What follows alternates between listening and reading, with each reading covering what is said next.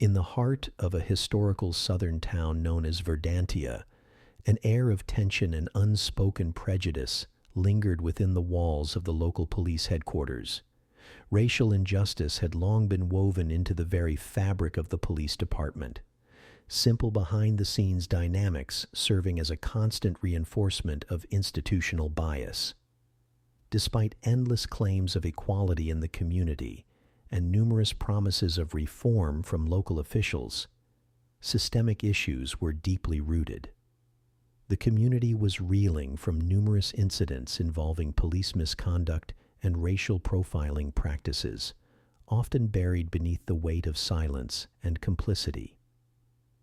The police department, which had existed under the rigid control of aging officers steeped in traditional views, was about to receive a shock that no one had anticipated. The appointment of Kayla Adams as the first black police chief in the city's history sent ripples through the department and the broader community. Kayla, a poised and determined woman in her early 40s, had dedicated over 20 years of her life to law enforcement. From her start as a patrol officer maneuvering through complex cases to her rise through the ranks buoyed by talent and tenacity, she had become known for her sharp intellect and unwavering dedication to justice. Her compact frame and neatly cropped hair matched her fierce demeanor, making it clear to everyone who met her that she was not only deserving of her position, but also a formidable force for change. On the very morning that marked the commencement of a new chapter for the Verdantian Police Department, Kayla opted for an unconventional approach to introduce herself to her new team. Instead of donning her official uniform, she walked into the precinct dressed in casually professional attire, simple dark jeans, a fitted blouse, and a blazer, intentionally void of any indications of her rank. Her plan was to gauge the department's atmosphere and understand how officers treated someone who looked like her, a black woman, without their knowing who she truly was. As she stepped through the glass entrance, she quickly picked up on the sluggish tempo that pervaded the precinct. Groups of officers congregated around the reception area, their chatter punctuated by laughter and indifference to a middle-aged man of color, anxiously waiting nearby.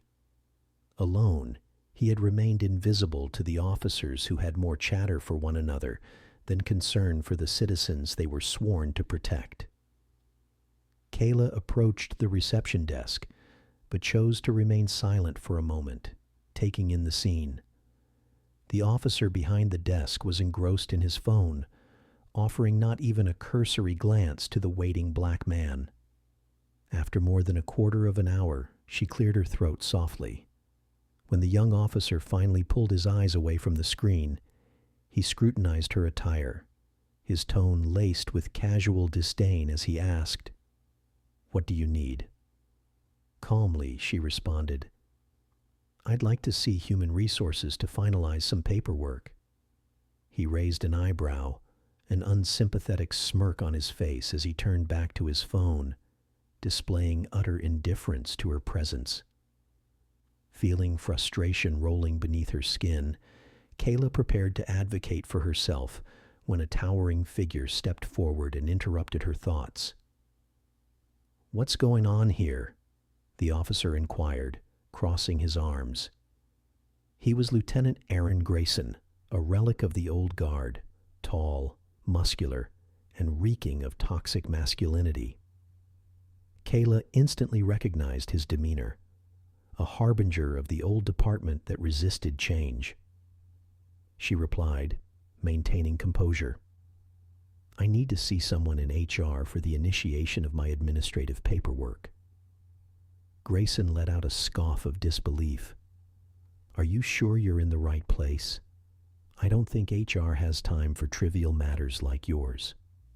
His words dripped with condescension, a veiled insult directed at her race and gender. Steeling her resolve, Kayla responded, "I fully intend to speak with the HR team. It's essential for my role here." The lieutenant's eyes narrowed, and his contempt only deepened. Seems like you've just been watching too many empowerment films. Newsflash, this isn't a charity, and we're not here to hear your sob stories, he sneered as officers around him chuckled, sharing in his derision. Kayla placed her hands firmly on the desk, her patience wavering, but her control intact.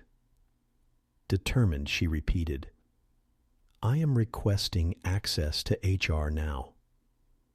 Grayson, sensing the shifting dynamics and challenged by her calm confidence, leaned closer to menace her.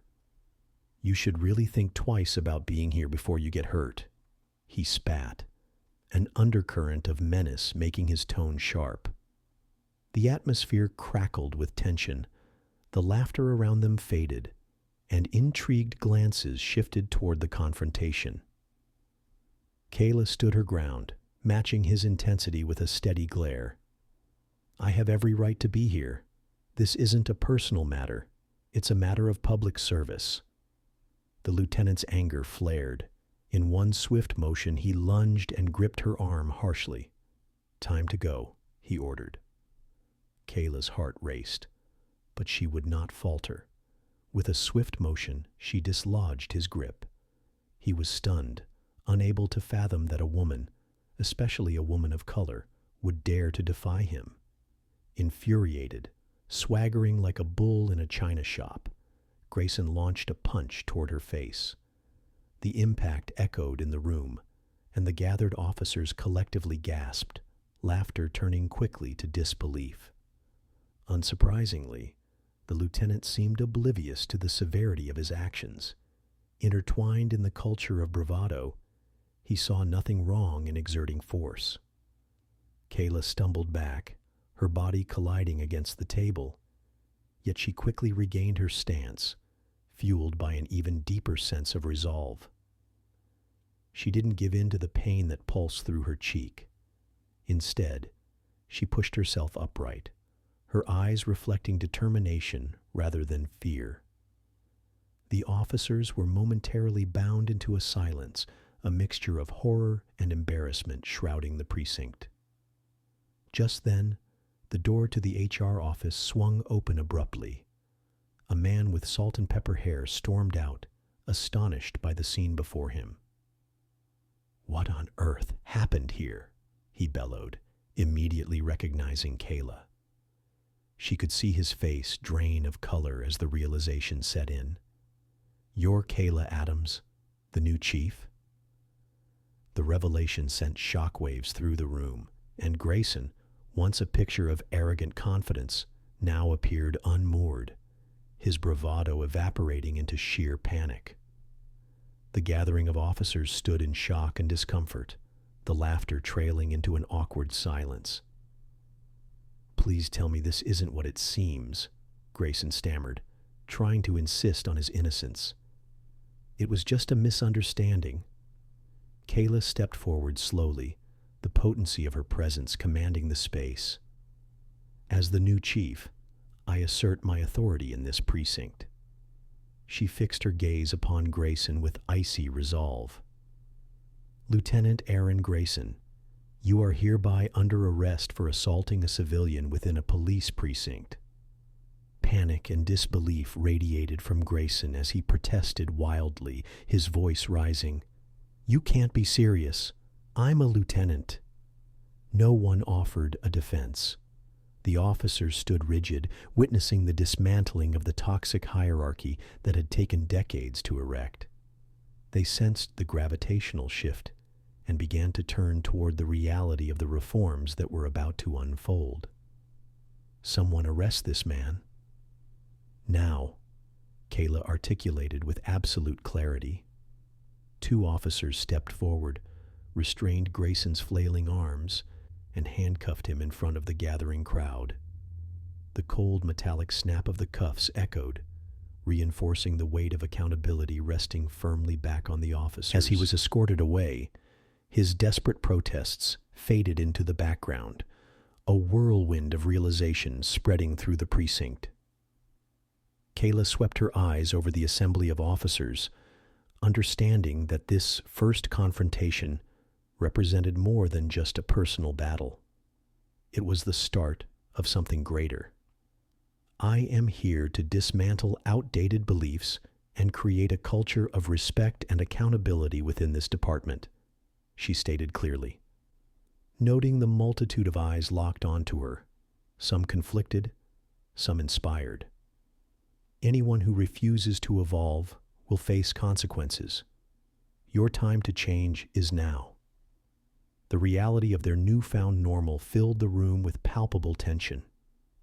Kayla shared an unwavering look with each officer, maintaining a firm grip on the unapologetic stance she had just asserted.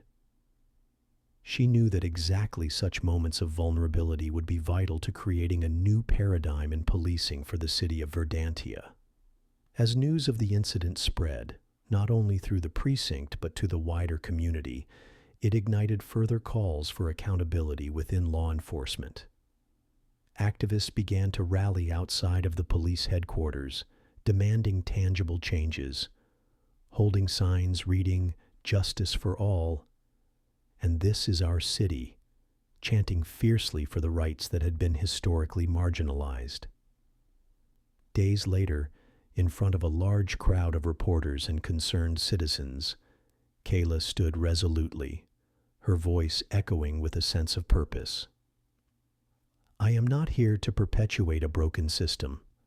I stand here to rectify injustices and ensure that every citizen, regardless of race or background, is treated with respect and integrity. The applause resonated powerfully, and budding support met her invigorating message with enthusiasm.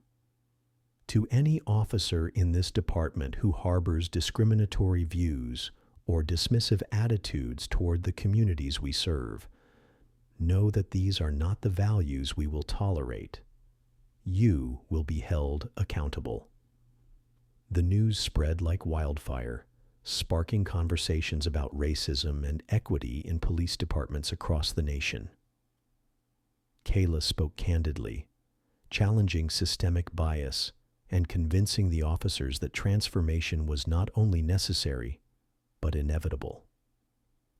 As the waves of her leadership continued to impact Verdantia, the tide turned against the shadows that had long submerged the police department.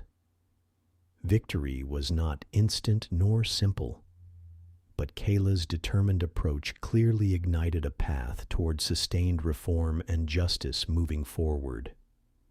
In this pivotal moment of transformation, she reaffirmed her mission, fully aware that her presence as chief was not merely about holding a title. It was about embodying hope and enforcing change. She understood the weight of her responsibilities, not just to the badge she wore or the office she occupied, but to the community that had entrusted her with their aspirations for a fairer future. As the sunset painted the city with hues of orange and purple, Kayla looked out at the awaiting crowd. Resolute, she made a promise to herself and the people of Verdantia. She would not sidestep the challenges lying ahead. She would confront them with courage, integrity, and an unyielding commitment to justice. Each day would present the opportunity to redefine law enforcement, but she was determined to ensure that change was here to stay. That day, amidst the chants for justice ringing in her ears and the charged atmosphere of hope surrounding her, Kayla took her steps forward, one foot in front of the other, as neither she nor the community she served would look back again. They were marching onward into a brighter, more equitable future, and Kayla Adams stood at the forefront, unwavering in her commitment to see it through. Those moments marked the beginning of a new era, not just in the Verdantia Police Department, but as ripples across the nation, inspiring officers and civilians alike to stand for what was right and just, no matter the price they might have to pay for that change. The promise of a better tomorrow was worth every ounce of struggle, and she was willing to fight for it.